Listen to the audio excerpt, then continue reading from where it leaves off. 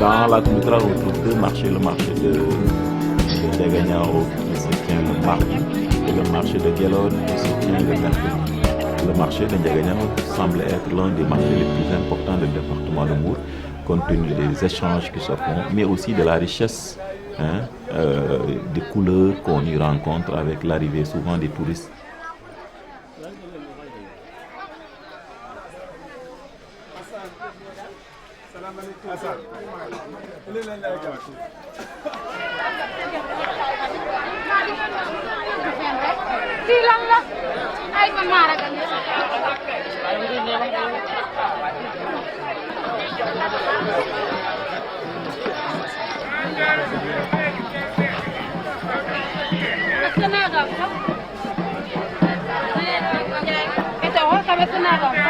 Ces femmes habitent dans un même village et elles font le maraîchage dans un même champ. Elles arrosent avec des arrosoirs et elles puisent de l'eau dans des puits. Elles n'ont pas encore de robinet, mais bientôt elles en auront.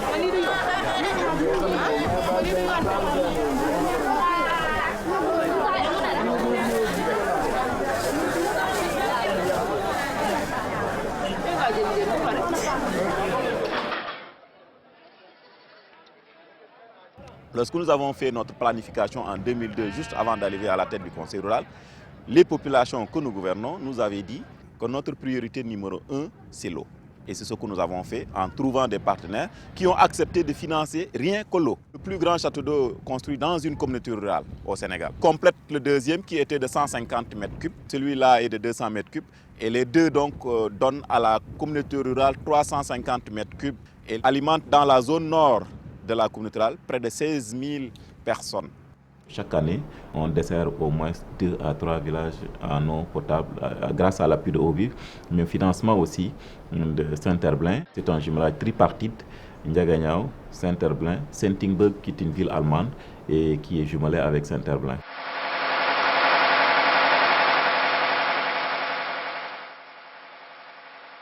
Nous pensons que d'ici 2009-2010, cette question trouvera une solution importante parce qu'on aura réglé à 100% l'alimentation en eau potable dans les domiciles et on pourra s'engager de l'autre côté aussi à trouver l'eau pour pouvoir effectivement le mettre à la disposition des cultivateurs.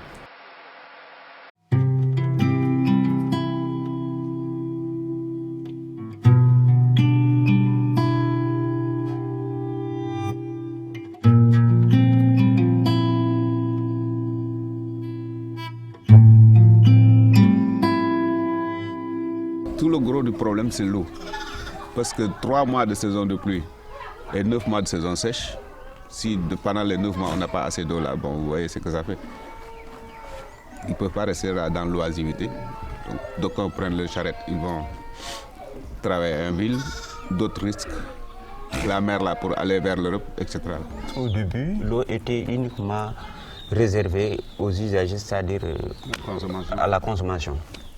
Mais actuellement, la communauté a fait tout pour que vraiment, si on a les moyens, on peut assurer une autorisation de pouvoir faire l'adduction.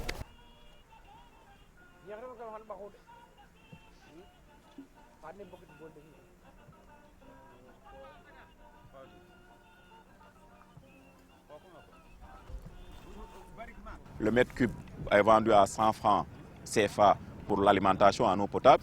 Alors que si c'est pour l'agriculture, c'est moins cher parce que celui qui cultive utilise plus d'eau. C'est la même chose que celui qui doit aller à l'abreuvoir avec ses bœufs, c'est moins cher aussi. Bon, le maraîchage, c'est tout à fait à ses débuts. Ils ne cultivaient pas les légumes avant. Donc tout ce qui se mangeait ici s'achetait. Mais actuellement, ils se sont lancés un peu plus ou moins timidement. Mais sûrement quand même, sur l'oignon surtout. Quand ce n'est pas une quantité importante, ça se vend sur le marché local là. Mais quand c'est assez important, alors on achemine jusqu'à Dakar.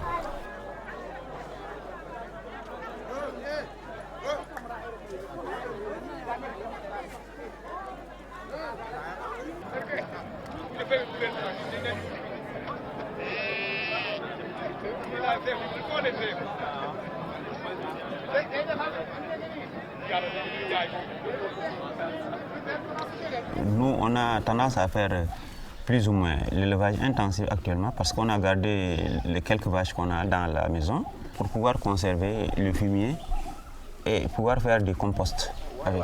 Ça nous permet aussi, au lieu d'aller acheter de l'engrais, parce que peut-être on peut dire qu'on n'a pas les moyens, l'engrais chimique, là on fait du compost maintenant pour pouvoir utiliser ça dans nos champs. Il y a pas mal d'ONG qui sont dans la zone des Niayes et qui assurent la formation des maraîchers. Les maraîchers de cette zone-là ont plus de rendement que nous. Ouais, parce qu'ils sont formés, ils connaissent bien les choses.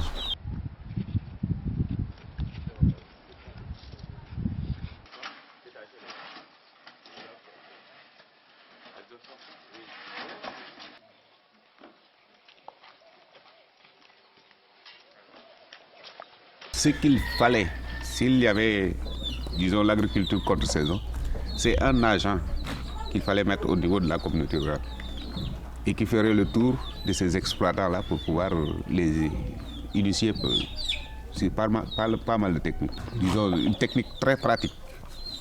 À ce moment-là, ça résoudrait pas mal de problèmes sur l'agriculture biologique, par exemple. J'écoute la radio, je vois la télévision, je vois des jeunes qui s'émigrent en Europe pour dire que voilà, c'est en Europe, là où il y a l'argent, ainsi de suite. Bon, on peut gagner sa vie en Europe, ainsi de suite. Non, moi je dis qu'on peut gagner sa vie ici, au Sénégal, quand on cultive la terre, si on a les moyens. Parfois, si j'ai le temps, j'ai visité des jeunes qui sont dans les parages et qui font du maraîchage. Et je leur donne des conseils d'après ce que je lis dans les documents qu'on me donne.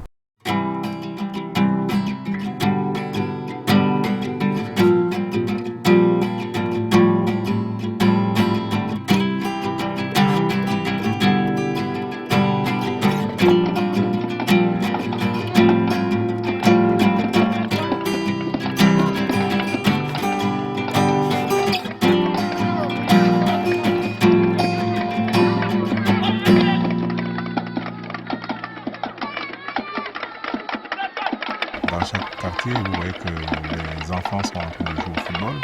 Je ne dirais pas que c'est le sport national au Sénégal, puisqu'il y a la lutte, mais c'est un sport, disons, international, mondial, qui attire pas mal des enfants. Et beaucoup des enfants, c'est d'identifier aux grands stars. Ça permet aux jeunes de pouvoir se distraire, se divertir carrément et pouvoir échanger et aussi tenir des relations durables entre eux.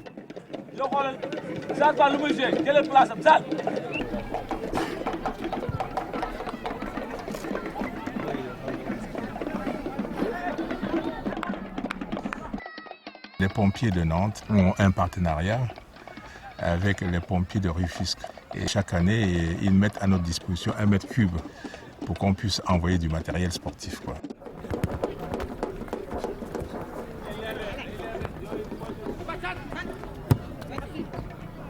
Le premier tournoi a été un grand succès. Cette année, on a eu des difficultés de trouver des lots pour récompenser des enfants. Nous espérons que, comme dit l'adage, petit à petit l'oiseau fait son nid. Et on pense qu'année prochaine, on pourra faire en sorte que ce tournoi soit encore meilleur.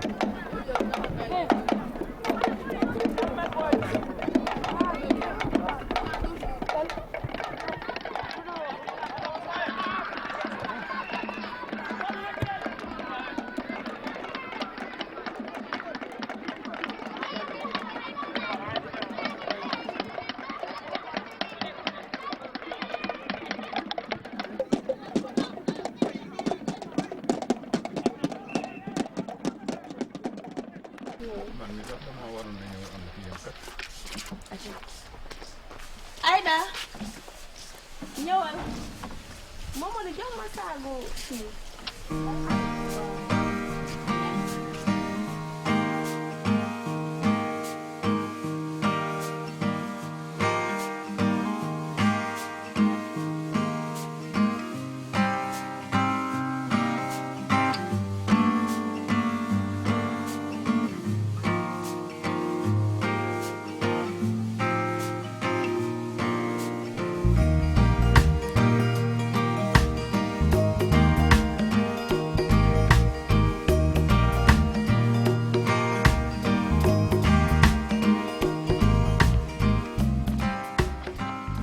l'État sénégalais a fait beaucoup de progrès en instituant ces cases de tout petits.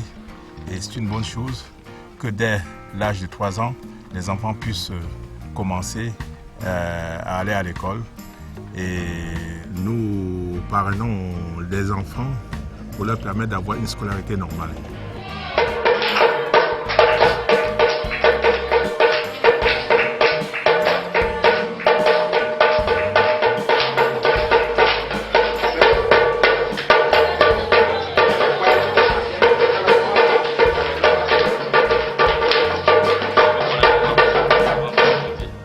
La première année, il y avait 40 parrainages, la deuxième 80, et cette année et l'année dernière, on est à plus de 100 parrainages. Donc ça consiste à un parrain en France qui donne 30 € pour l'année. Et sur ces 30 €, il y a plusieurs budgets qui sont répartis pour l'achat du matériel scolaire, pour leur inscription à l'école primaire et pour l'achat des fournitures, pour le repas nutritif dans le cadre du projet Santé, Nutrition et Hygiène. Donc ce sont les mamans des enfants de la garderie qui à tour de rôle préparent le repas, et pour les frais d'inscription à la garderie de l'enfant. Nous avons essayé de travailler dans ce sens pour un peu soulager les parents qui n'avaient pas les moyens d'envoyer les enfants à l'école.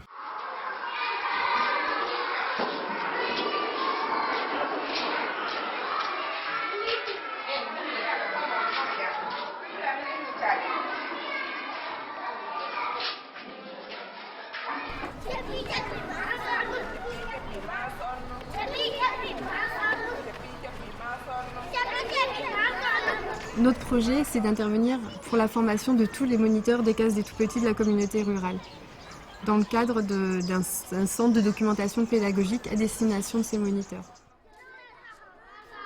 Une nation sans éducation, c'est une nation qui est vouée à ne pas se développer. Et donc, si nous avons choisi l'éducation, c'était aussi permettre à ces enfants d'acquérir le savoir et puis de préparer les futurs responsables de l'État sénégalais de demain.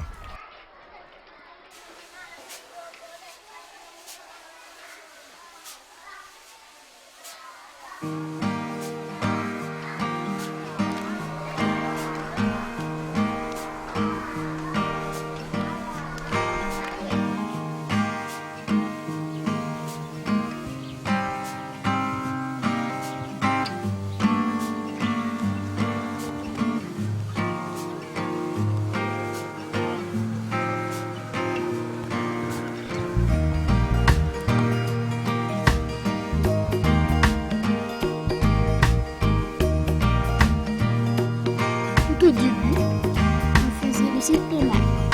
Après, il fallait partir en boucle dans les autres villes pour suivre le cycle moyen secondaire. Après, on a eu un collège. Là, les élèves ont eu la chance de poursuivre ici leurs études jusqu'en classe de 3e. Maintenant, on ne part plus, on reste là, de la garderie jusqu'à la terminale pour suivre nos études. On dit Dieu merci, quoi.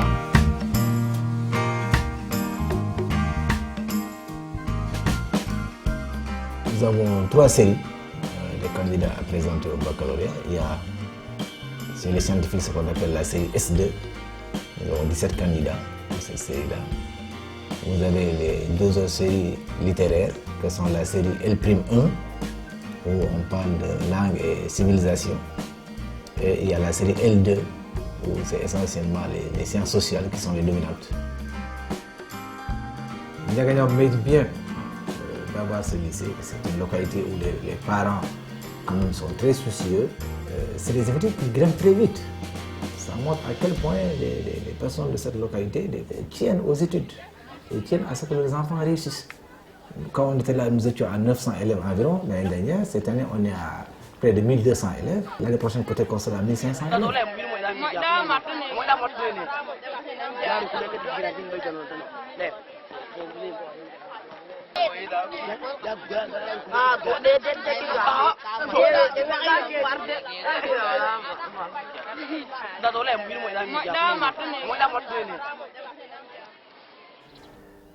Tous les axes en fait sont à développer ici. Il y a l'accès, déjà, nous manquons d'infrastructures, nous manquons de salles de classe, nous manquons de tables bancs. Il y a le volet qualité, la formation du personnel, à travers les conseils pédagogiques.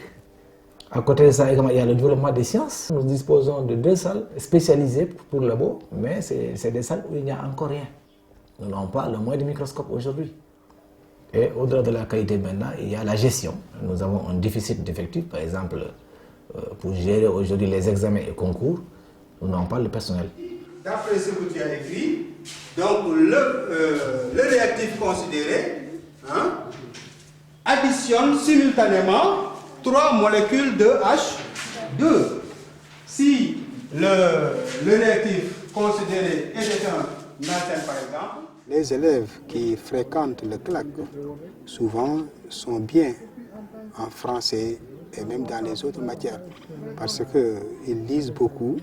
Donc s'ils ont un bon niveau en français, facilement, ils feront de bons résultats dans les autres matières. Souvent aussi, les élèves nous sollicitent s'ils ont des problèmes pour traiter un exercice, ou bien pour faire un exposé. Ils peuvent nous contacter, il n'y a pas de problème. Ils sont également assistés dans les différents clubs formés au niveau du lycée. Derrière, il y a un encadreur qui est un professeur. Donc là, c'est comme une famille. J'ai choisi la série scientifique pour avoir le bac et aller à l'université suivre la médecine pour devenir plus tard un médecin. Mon rêve est d'avoir des études extérieures, de venir au Sénégal et investir beaucoup de choses, travailler pour beaucoup de gens, quoi.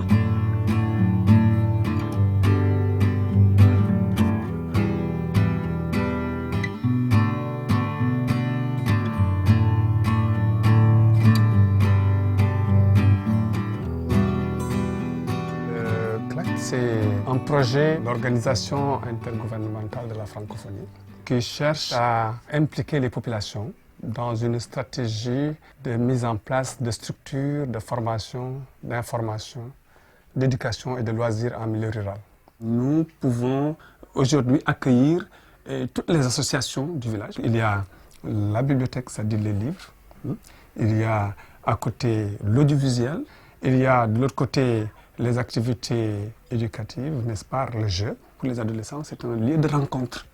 Pour les parents et les adultes, c'est un lieu sûr aussi, où les enfants se cultivent. C'est un lieu d'échange, où sont organisées des conférences, des causeries, des rencontres sur des sujets de société.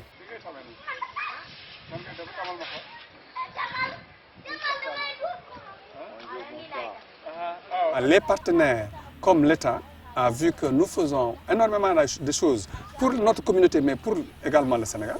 Et donc, ils ont décidé véritablement de nous faire un autre local, beaucoup plus spacieux, beaucoup plus, n'est-ce pas, donc adapté à ce que nous faisons. Ça doit se passer ici. Donc, vous voyez, donc, derrière, vous aviez l'ancien bâtiment qui a été complètement rasé.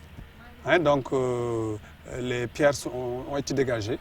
Et maintenant, ici, c'est des parpaings qui doivent servir de monter les murs du nouveau CLAC.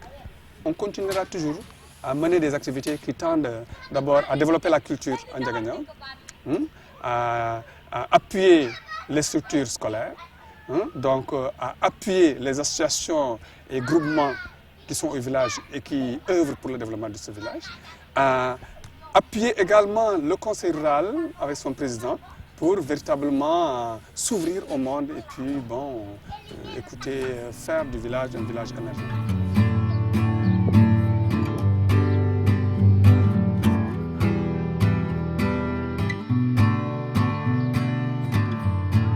La communauté rurale en tant que telle compte 3 postes de santé, dont 2 publics et 1 qui est privé.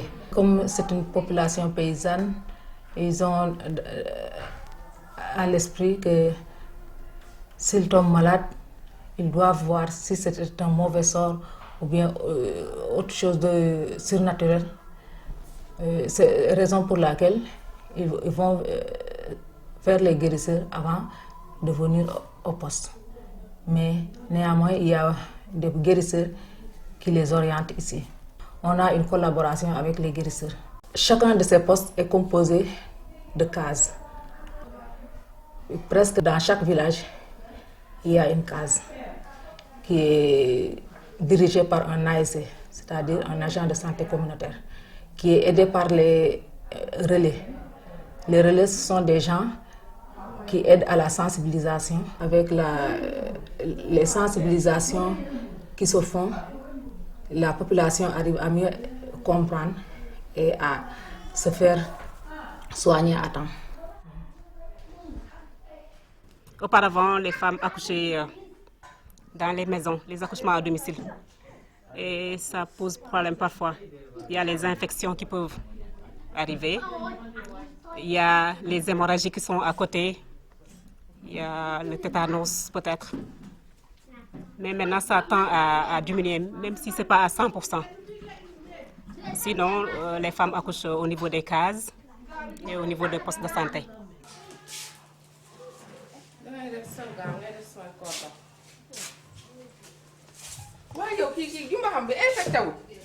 Elle a fait un accouchement à domicile.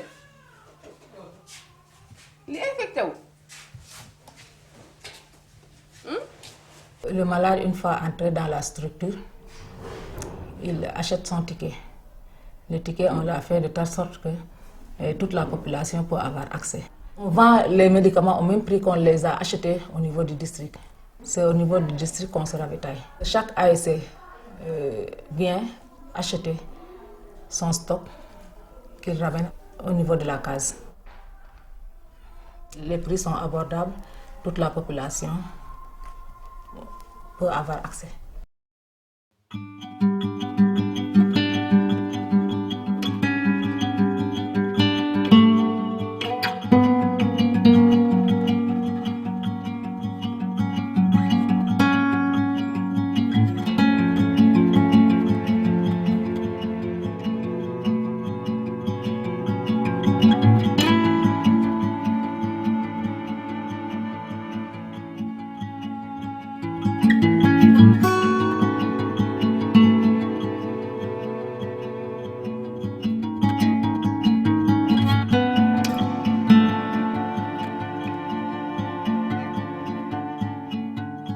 Ce centre s'occupe d'enfants handicapés moteurs, 30% de séquelles de poliomyélite, 30% d'infirmes moteurs, avec des handicaps qui sont quelquefois extrêmement sévères. On a toujours 10 à 12% de rachitisme. Et puis toutes les pathologies infantiles qui ont besoin de rééducation, puisqu'on s'occupe en priorité des enfants. Entre 25 et 30 enfants qui sont là en permanence. Et 8 membres du personnel pour s'en occuper. Depuis 2 ans, j'assure régulièrement l'appareillage mobile parce que je suis occupé d'un atelier mobile orthopédique qui me permet d'intervenir partout où je veux, partout où on me sollicite. C'est des patients sélectifs. Ils ont été déjà sélectionnés, donc ça veut dire que c'est des patients tous qui ont besoin d'un appareillage.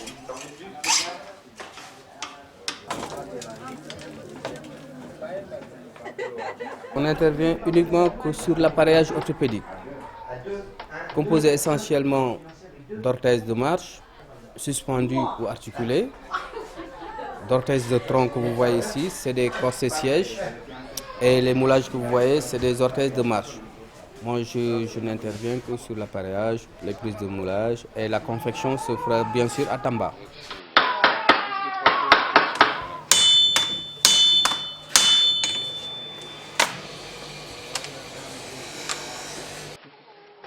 Dans les 12 qui sont ici, il y a des médecins de rééducation, donc des médecins spécialistes du handicap, des kinésithérapeutes, il y a 2 infirmières, une aide-soignante, un orthoprothésiste. On n'a pas les mêmes matériaux, on n'a pas les mêmes machines, c'est plus difficile ici, mais on arrive à s'adapter aussi. Félicitations. Comment on dit félicitations? On a d'une part des enfants qui sont pris en rééducation, donc qui viennent 1 mois et demi, qui viennent en général avec un de leurs parents. Puis en parallèle, on a l'internat pour pas qu'ils cumulent le handicap et l'illettrisme. C'est une mission de handicap, donc c'est une mission organisée. Les patients sont venus sur convocation. Et parmi les patients, c'est des patients qui viennent des périphéries de Ndiaganiao, de Tchadjaï, de Joal. tous les amis que j'ai pu entraîner là-dedans ont été toujours suffisamment motivés pour revenir et pour emmener d'autres personnes.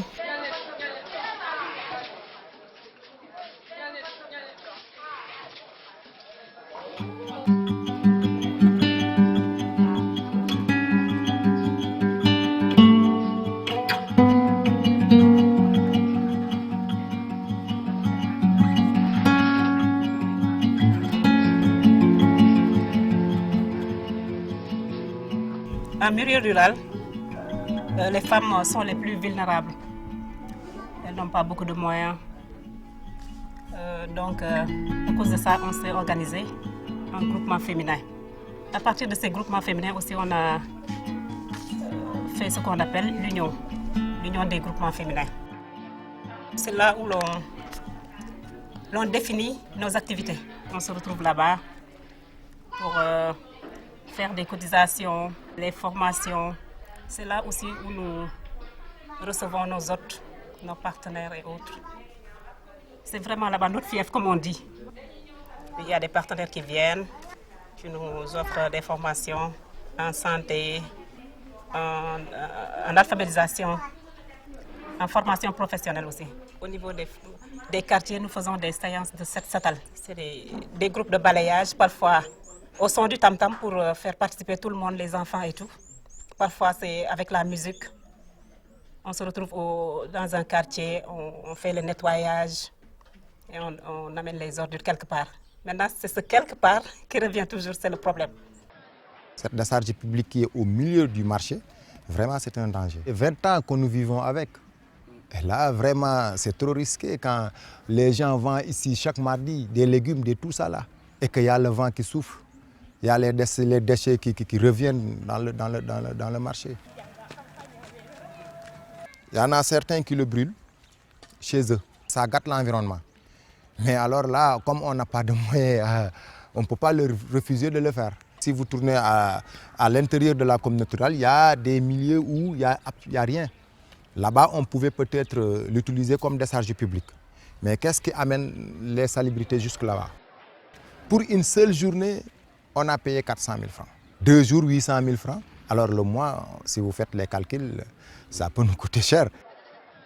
On avait même sollicité nos partenaires pour voir avec la communauté rurale de Fissel, la communauté rurale de Sandiara et la communauté rurale de Tasset, les communautés rurales environnantes qui sont là, qui sont limitrophes avec la communauté rurale de Ndiagagna, une pelle mécanique avec un camion pour qu'on puisse l'utiliser dans la communauté rurale de Ndiagagna ou dans la communauté rurale de Fissel de Sandiara. Mais le projet reste encore à être concrétisé.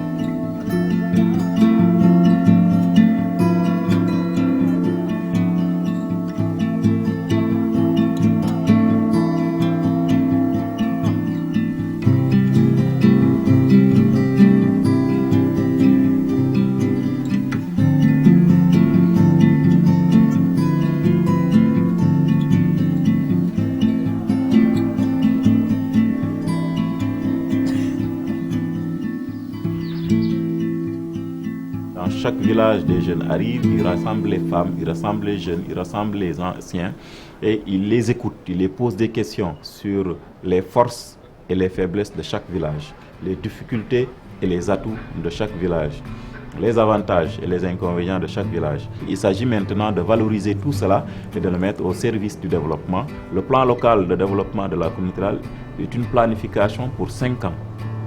Pour 5 ans de la vie de la communauté rurale. Chaque année, qu'est-ce qu'il faut faire? Chaque année, quels sont les projets les plus importants de la communauté rurale? Il y a les élus qui font le travail d'élu. Il y a les populations qui sont représentées en comité de budget participatif composé de 7 personnes qui viennent prendre les informations au niveau du conseil, qui retournent et qui rendent compte aux populations en faisant des forums et des forats de sensibilisation, en allant dans les radios et en expliquant dans des émissions et en convoquant, en expliquant. L'ensemble des activités de la communauté rurale, des réalisations, du fonctionnement, de l'investissement sont mises en exergue dans un tableau que nous présentons aux populations dans les villages. Et ils nous posent des questions, on répond et il complète. Nous avons pratiqué le budget participatif pour associer tout le monde, que ça ne soit pas une affaire d'élus, mais que ça soit une affaire de toute une communauté qui s'engage pour prendre en charge son destin.